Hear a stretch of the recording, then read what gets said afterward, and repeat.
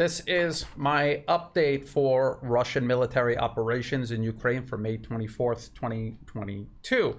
Now, as I like to do, I go to a very pro-Ukrainian live map, and I go to the pro-Ukrainian live map because even though it is obviously biased and it is manipulating what its audience is seeing, if it is still showing Ukraine losing, then I think that tells quite a bit of a story all in and of itself. So it is liveuamap.com. This is an overview of Ukraine, and if we zoom in, I like to go from south to northeast, and all of this red is under Russian control. And as I point out each and every time, this is something you should keep an eye on. The front lines are around Kherson. This is one of the cities that Russia took very early on in late February, early March.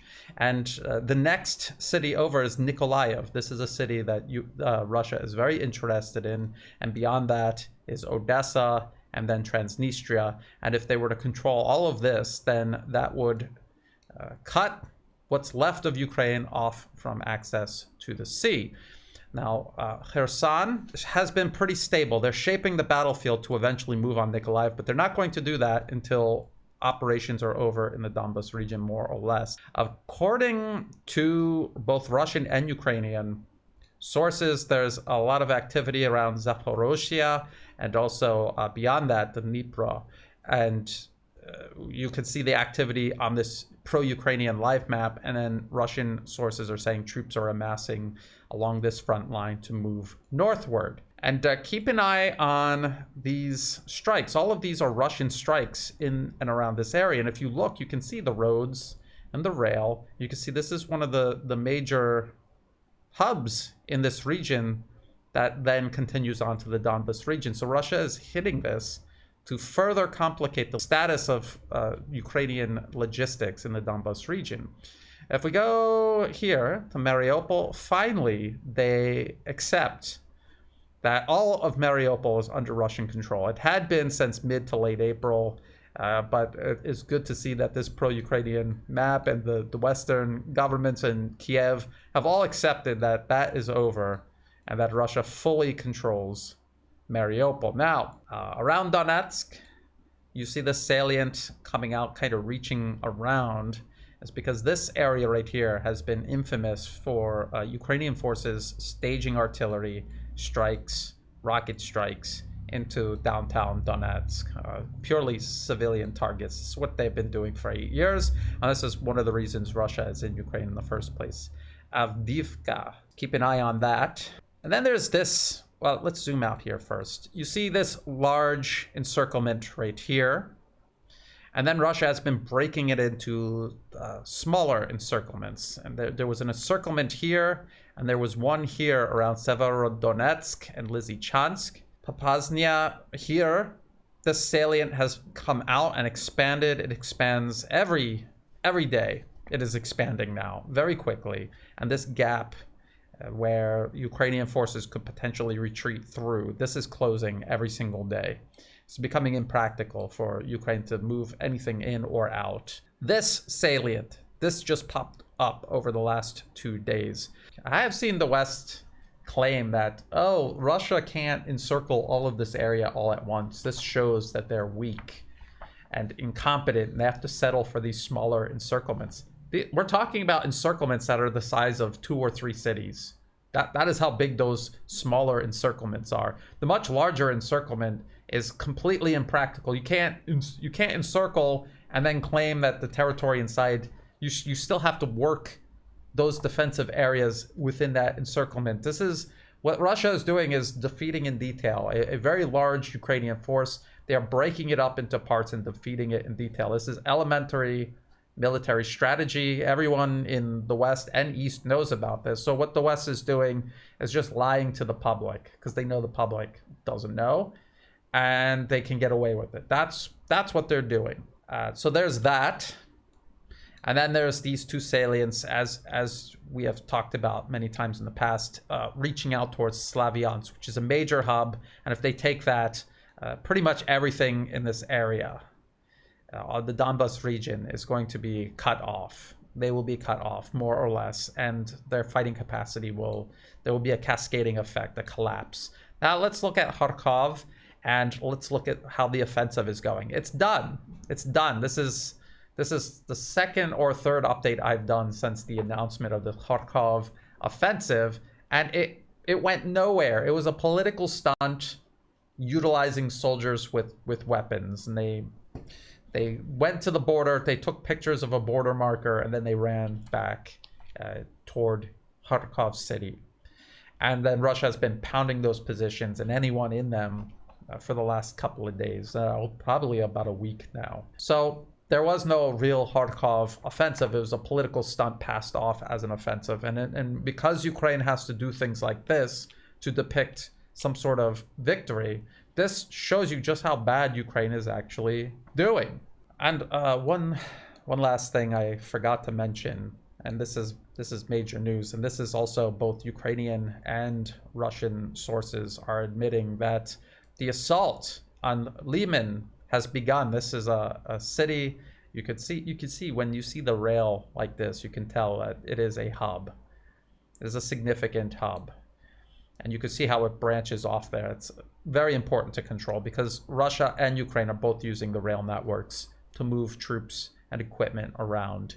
Very important. And the assault on Lyman has begun. Russian troops are in the urban built-up areas, and they are working on taking that. And they will take that. Ukraine cannot stop what is happening in the Donbas region right now. From May 23rd, this was yesterday, Secretary of Defense Lloyd J. Austin III and Chairman of the Joint Chiefs of Staff Army General Mark A. Milley hold a press briefing. And they're summing up the second meeting of the Ukraine Defense Contact Group. This is a Friends of Syria style forum. And just to put it in perspective, the Friends of Syria, the first meeting had about 50 attendees. The second one, the UK government claims it was 83, but they might be counting countries and organizations. But you could already see that this Ukraine contact group is smaller than the Friends of Syria. And we saw how the Friends of Syria forum turned out, didn't we? That was a group of nations helping support the proxy war in Syria against the Syrian government, but also against Syria's allies, Iran, Hezbollah in Lebanon, and also the Russian Federation. We see how that ended.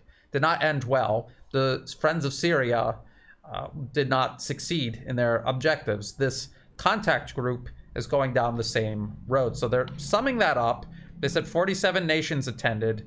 Secretary of Defense Lloyd Austin says, I'm quoting, "I'm especially grateful to Denmark, which announced today that it will provide a Harpoon launcher and missiles to help Ukraine defend its coast.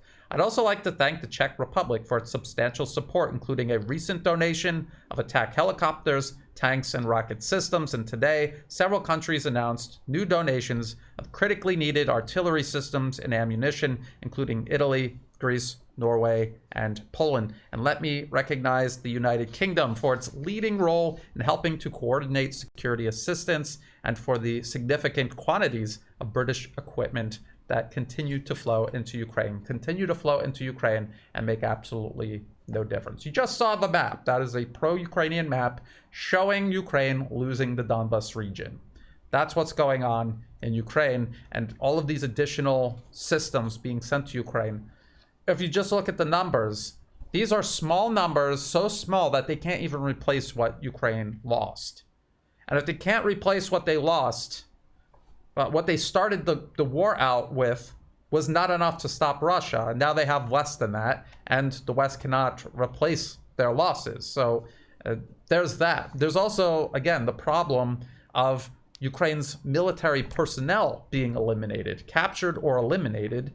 You cannot replace them. It takes years of training to replace, especially a lot of the critical roles that these soldiers and other personnel were fulfilling. You cannot replace it quickly.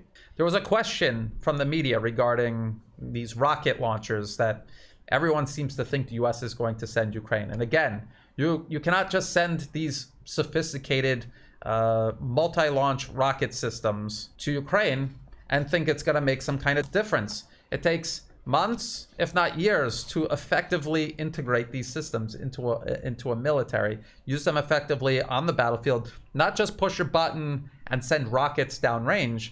You have to coordinate with all sorts of units, spotters, infantry, armored units. Everything has to work together on a modern battlefield or you're going to lose, which is what Ukraine is doing right now. They're losing.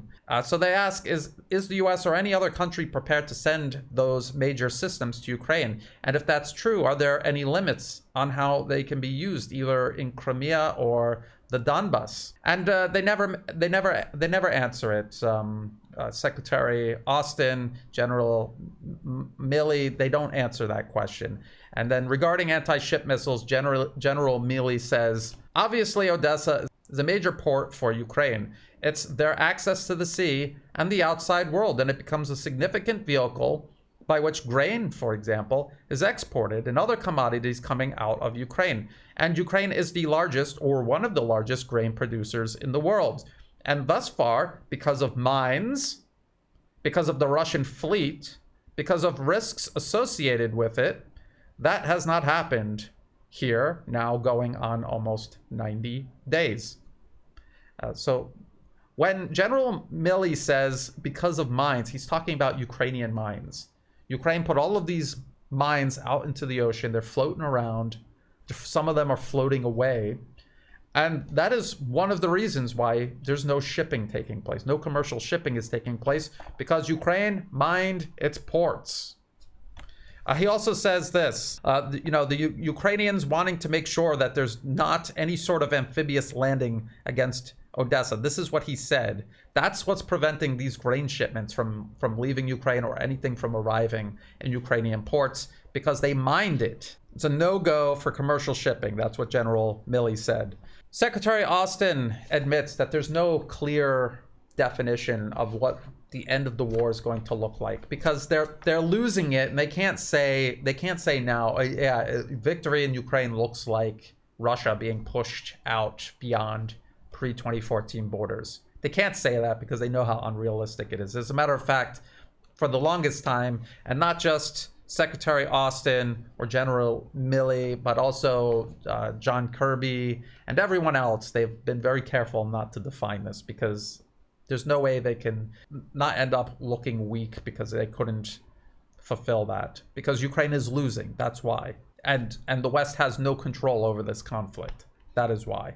There was something that General Milley said. He says, we want to make sure NATO's unified and we want to uphold the concept that there's a rules-based international order and the powerful and the big can't just destroy and invade the weak and the small. And he says this with zero irony, zero sense of irony. He doesn't understand that the whole reason this conflict started in the first place is because the United States, a nation that is powerful and big, has encroached onto Russia's borders with NATO. It overthrew the government in Ukraine and installed the client regime that not only sought to join NATO, but began militarizing the country as a direct threat to Russia's national security. The United States, and I pointed this out many times before, didn't just expand NATO up to Russia's border and didn't just overthrow the Ukrainian government, put a client regime in there and began militarizing, or you could even say NATOizing Ukraine. They've also have done things directly to Russia. They've been funding opposition groups inside of Russia for years and years, and they've been funding opposition groups in Russia's allies as well within their political systems. Belarus, for example. I don't know if people remember this. This was a prank call to NED. They got the whole team together. Carl Gershman, president of the NED, he was in on it also. And what they did was they admitted the full scope of US interference in Belarus's internal political affairs.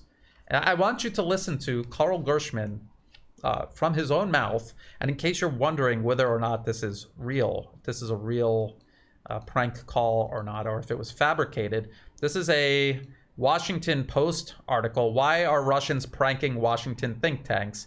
And this is actually co-written by Damon Wilson, who now heads the National Endowment for Democracy, but at this time he was at the Atlantic Council, and he admits that this happened. This definitely happened. The links for all of this will be in the video description below, including that full prank call. I put a version of it up on my channel with Thai subtitles in case anyone is interested in sharing it with Thai friends. I'm based in Thailand, that's why I did that. And just a brief word about the NED and its work. The NED, you know, is not a programmatic organization. We're grant making, and we have 4 institutes, and I think all of them are active in Belarus. 2 of them, I think, you know well, because they work very, very closely with you and your team and the Coordination Council, and that's NDI and IRI, our 2 party institutes. And they're under the NED umbrella, and we fund their work, you know, that works on strengthening parties and their messaging, their public outreach, their communications. And I know that they're working with you and your team very, very closely. And we also have a business institute that's associated with our Chamber of Commerce in the United States, the Center for International Private Enterprise, that we have funded to work with the private sector in Belarus to set a vision and a framework for a post-Lukashenko private economic recovery of the country. And we have a labor institute, a trade union institute associated. I think that we should. Yeah. And anyway, in addition to these 4 institutes and our labor institute, which supports the independent unions in Belarus, we also make grants directly to organizations in Belarus and have done so for a very, very long time. And the critical area here, first of all, is free media. We support the journalists. We're aware of the raid on the offices, you know, several days ago of the Belarus Association. We support people if they have to flee the country. We support their temporary stay in other countries and all the needs that they have. We have been working around the country in the eastern part of the country, in Vitebsk, in Gomel, and other parts of the east on civic participation, and we've made grants to groups. We also have worked in the western part of the country on free media in Grodno and in where we've supported citizen journalism, and then finally for a long time we've also supported Belarus language, history, art, and culture organizations that promote a strong national identity for Belarus, and we realized that the revolution that has taken place in Belarus is really liberation of the Belarus nation. And we've supported a group like Mova Nanova, which has worked on language and cultural history and identity. So you just heard Karl Gershman, President, CEO of the National Endowment for Democracy, is an organization created and overseen by the US government to interfere politically all around the globe toward regime change. You just heard every aspect that the NED was involved in interfering in Belarus's internal political affairs. And they were doing the exact same thing to Russia. And if you listen to that whole call, that whole conference call, he will even mention that they are doing the exact same thing in Russia. So they're doing all of these things in Belarus. These are things that if the US faced inside its own political system, Russia or China were doing this to the US, it would be absolutely unacceptable. And you could only imagine what the reaction would be. And there would be force used. If they could figure out a way to use force, they would use it. If it was Canada that was being turned against the United States, the same way the US is turning Ukraine against Russia, there would be military intervention. Guaranteed. The US has intervened militarily for far less. They're still in Iraq, they're still in Syria, they're still helping the proxy war unfold in Yemen, they're sending forces to Somalia again. I'm pointing this out, and it seems like I'm off on a tangent here. I'm pointing this out because what General Milley and many others in the Department of Defense, the Department of State, the president of the United States, the Western media keep talking as if Russia is a bully here and they're just trying to help Ukraine defend itself. And that's not the case. I'm pointing this out, this interference in Belarus, for two reasons: to show you what the US has been doing all along Russia's borders all of this time, and what it's doing inside of Russia's borders. Right now, they're still trying to do this. And why is Belarus involved so closely with Russia in this operation in Ukraine? Because they face the exact same threat, and from the US. And we just heard Carl Gershman of the US National Endowment for Democracy, the president of the NED, admitting that they are blatantly violating Belarus's sovereignty in violation of the UN Charter. It is a nation under attack, and they're defending themselves, and so is Russia. And you heard that part where Carl Gershman was talking about promoting culture, and what they're doing is trying to overwrite all of the Russian influence over Belarus, all of the connections between Belarus and Russia. They're trying to overwrite that with this artificial far-right neo-Nazi ideology, exactly what they did in Ukraine. And you see these red and white flags on the screen. This is what they were flying around during these protests. This is not the flag of Belarus. Take a look at this Guardian article, how two flags of Belarus became symbols of confrontation. So there's the real flag of Belarus. It's red and green, predominantly red and green flag. And then there's this white and red flag. Where did this white and red flag come from? Well, we know the red and black flag that we've seen Ukrainians waving. That is the flag of the Nazi collaborators during World War II. And would you be surprised if I told you this white and red flag from Belarus is also the Nazi collaborator flag from World War II? As a matter of fact, if you just go to Wikipedia of all places, I mean, if they're admitting it, this should tell you something. Belarusian collaboration with Nazi Germany, and they're talking about Belarusian National Socialist Party and this group of Belarusian nationalists. Even when you hover the mouse over it, you see this flag that is now used by the protesters in opposition. And if you go here, Belarusian Democratic Republic, that was the flag. So this was a group of people in Belarus that were trying to seize power, and they collaborated with the Nazis. And I've heard a lot of people say, well, they had that flag before they collaborated with the Nazis, but they wove that flag while collaborating with the Nazis. So you know what that means? That means if you want to wave a different flag other than Belarus's actual flag, pick another one, because that one has been used by Nazi collaborators. What sense does that make? What do you lose by just switching the flag? But they can't, because that tie with the far right and with Nazism is very important. The hardliners in Belarus that are going to carry out the violence needed to overthrow the government of Belarus is something they cannot give up. They cannot give up that tie to Nazi collaboration. And I just want to show you this. The militants from Belarus volunteering to go fight Russia and Ukraine, they are also waving the flag around. This should surprise nobody. The US is very unimaginative. When they start working on a targeted nation, they have one playbook, and the only things that change are very superficial. What they did in Ukraine and what they did in Belarus is almost indistinguishable, except for the names of the organizations and the color of the flag.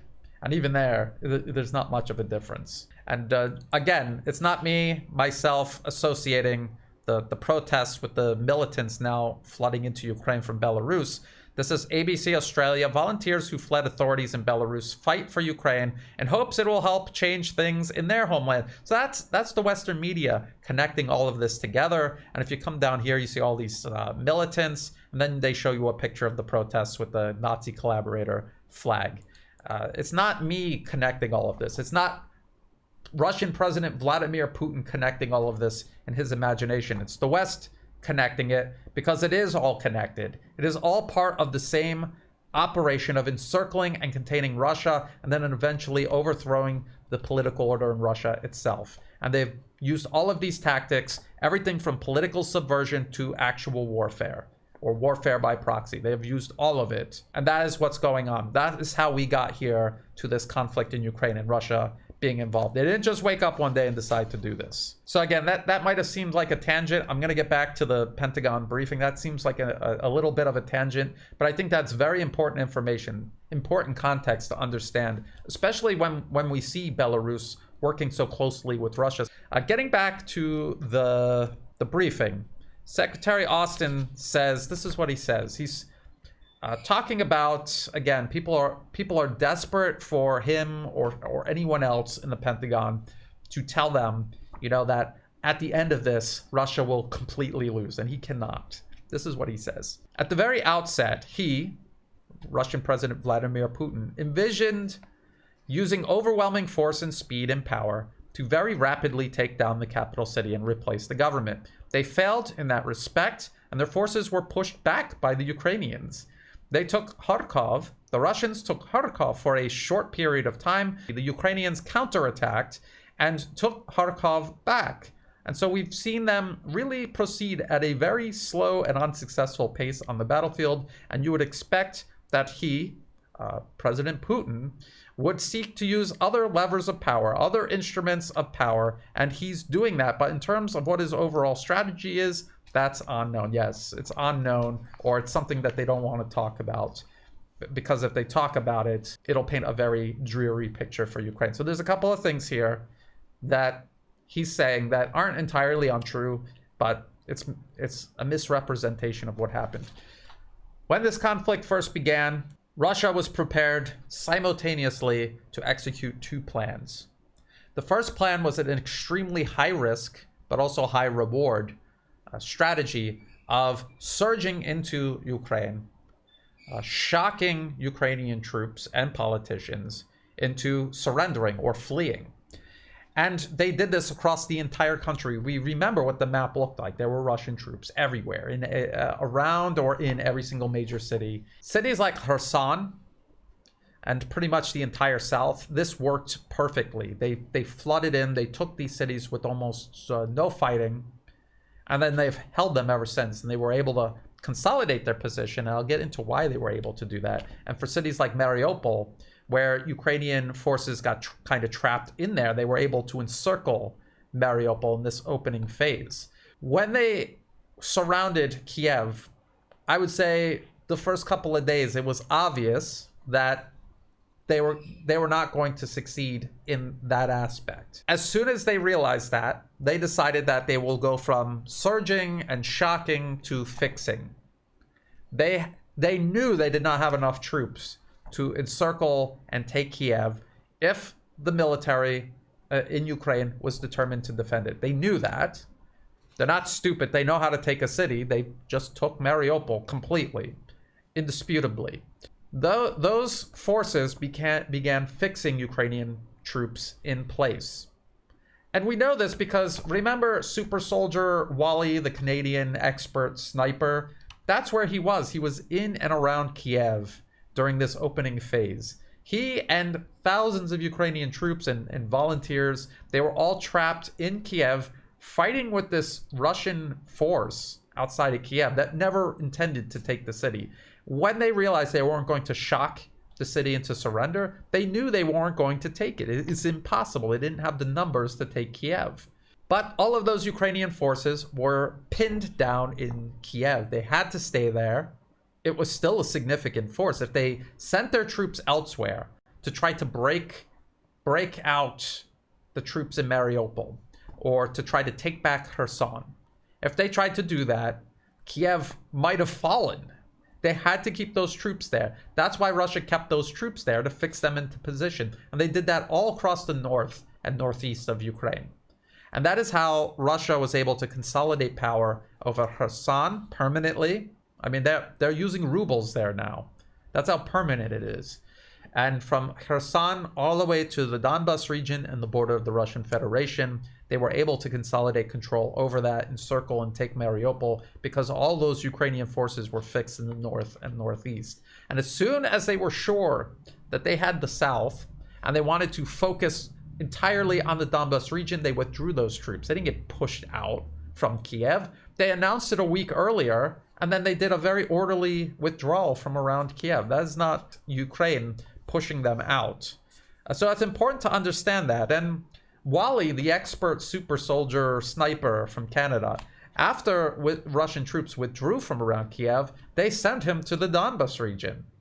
And if Russian forces didn't stay there, after the first couple of days, they're like, well, we're not taking Kiev, let's leave.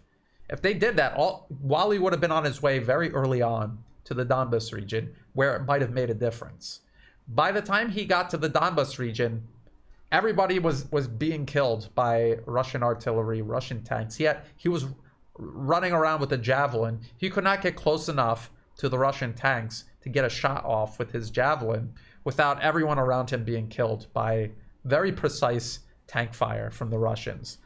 This is his own interview that he gave upon returning to Canada. He's not still in Ukraine. He saw how hopeless it was, and he went home.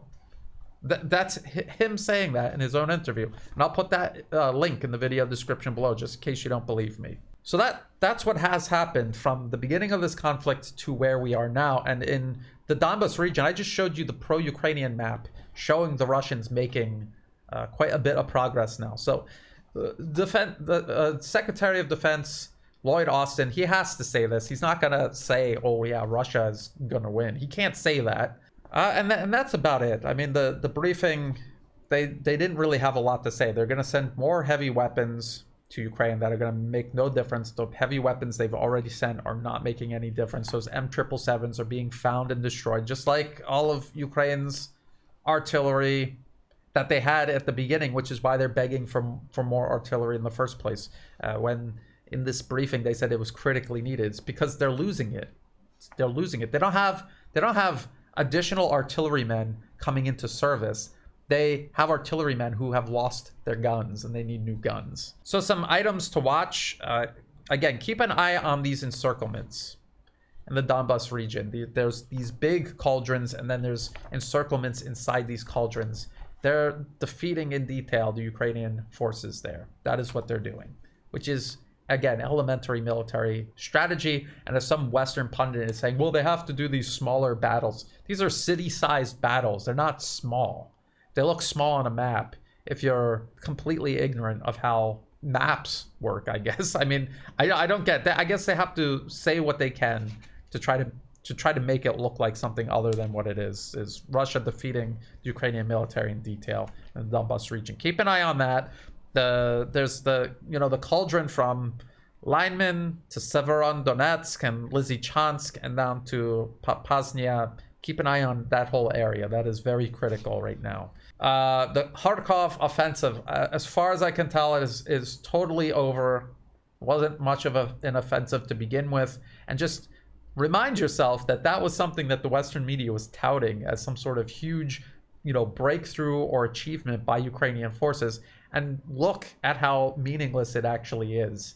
And just ask yourself, what does that say that they're making these things up? What does that say about how it's actually going for Ukraine? When that doubt starts to creep in the back of your mind because Western propaganda is so persistent, just keep that little fact in mind. Also keep in mind, we just heard senior US defense officials say that the reason grain shipments cannot leave Ukrainian ports is because Ukraine itself mined the ports and made commercial shipping impossible. No ship can go in there as long as those mines are floating around. That's not Russia doing that.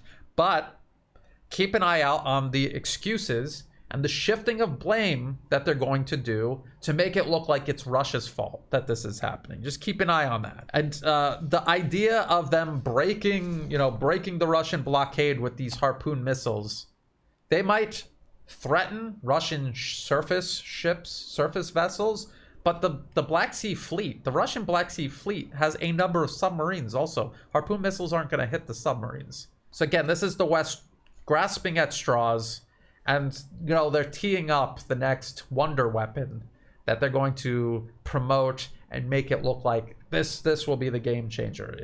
The game is over for Ukraine. Nothing that the US and NATO can send Ukraine at this point is going to change anything. The only thing that can reverse Ukraine's loss is a direct NATO intervention. And the way I think it's going to play out is they will wait until the very last minute, and they will intervene in the Western Ukraine, and they will create a buffer zone there, just like they did in Syria.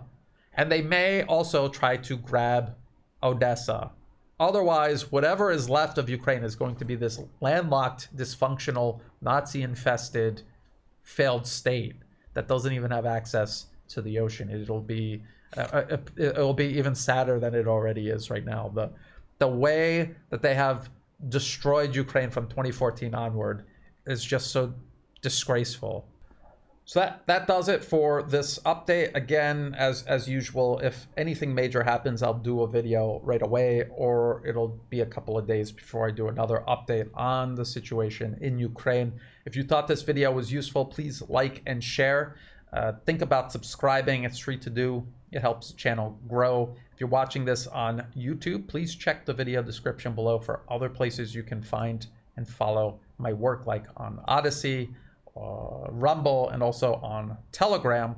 That's in case YouTube deletes my channel. I've already been deleted off of Twitter for my reporting on Ukraine. I showed a Getty image that had a Nazi black sun. I pointed that out, and I was deleted permanently off of Twitter. In the video description below, you'll also find links to all of the sources that I referenced for this update, as well as for ways you can help support my work. You can do that through Buy Me a Coffee, through Patreon, and also through PayPal. And to everyone who has been helping out, whether it's month-to-month memberships, one-time donations, or even if you're just sharing my work with others, sending kind words or news tips, I appreciate all of that help. I could not do this work without that help, so thank you. And as always, thank you for watching.